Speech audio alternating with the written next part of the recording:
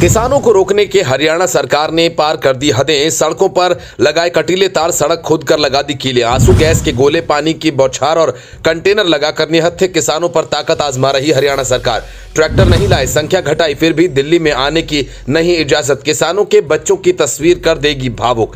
किसान अब एक बार फिर पूछ रहे हैं, क्या दिल्ली हमारी राजधानी नहीं? क्या देश की संसद में हमारा कोई हक नहीं? क्या देश की सरकार किसानों को भारत का नागरिक नहीं मानती? अगर मानती है तो फिर उन्हें दिल्ली जाने की इजाजत क्यों नहीं दी जा रही?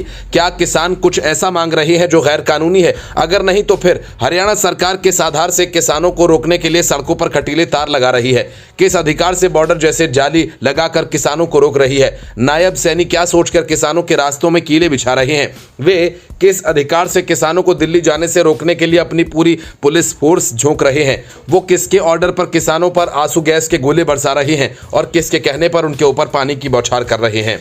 क्योंकि उनकी मांग केंद्र से है और हरियाणा सरकार का उसमें कोई रोल नहीं। लेकिन नायब सैनी कह रहे हैं कि पहले वो परमिशन दिखाएं दिल्ली में एंट्री की, तब हरियाणा में निकलने देंगे। जबकि किसानों ने अपने प्रदर्शन को सीमित किया है। उन्होंने केंद्र सरकार की हर वो बात मान ली जिसे तर्क बनाकर पिछली बार किसानों को दिल्ली में एंट्री नहीं दी गई थी। सरकार का कहना था कि आप ट्रैक्टर लेकर दिल्ली न जाएं, तो इस बार किसान पैदल आ रहे हैं। सरकार का कहना था कि ज्यादा संख्या में न आए, तो किसान केवल 101 प्रदर्शनकारियों का जत्था भेज रहे हैं। सरकार का कहना था कि आप शांति के साथ आएं, तो किसान शांति के साथ आ रहे हैं। लेकिन फिर भी किसानों को दिल्ली में नहीं जाने दिया जा रहा। कमाल की बात तो यह है कि हरियाणा की सरकार रोक रही है, जबकि किसानों को दिल्ली में प्रदर्शन करना है। नोएडा के किसानों को भी एक दिन पहले धरने से भगा दिया गया था। राकेश टिकैत को हिरासत में ले लिया गया। हालांकि नोएडा के किसानों का धरना अब 0 पॉइंट पर चल रहा है और हिरासत में लिए गए किसानों को भी छोड़ दिया गया। लेकिन उनकी मांगे अलग है और पंजाब से आ रहे किसानों की मांगे अलग। हालांकि दोनों ही संयुक्त किसान मोर्चा के बैनर तले प्रदर्शन कर रहे हैं।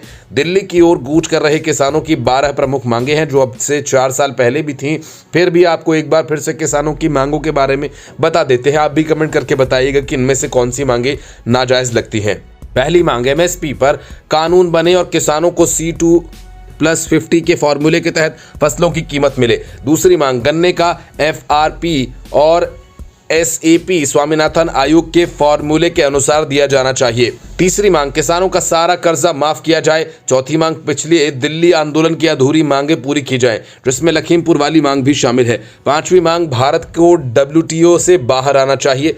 प्राथमिकता के आधार पर भारतीय किसानों की फसलों की खरीद की जाए। छठी मांग, किसानों को 58 वर्ष से ज्यादा उम्र के कृषि मजदूरों के लिए पेंशन योजना लागू करके 10,000 रुपए प्रतिमाह की पेंशन दी जाए। सातवीं मांग, प्रधानमंत्री फसल बीमा योजना में सुधार के लिए सरकार स्वयं बीमा प्रीमियर का भुगतान करे। आठवीं मांग, भूमि अधिग्रहण अधिनियम 2013 को उसी तरीके से लागू किया जाए। नौवीं मांग, मनरेगा के तहत हर साल 200 दिनों के लिए रोजगार उपलब्ध कराया जाए।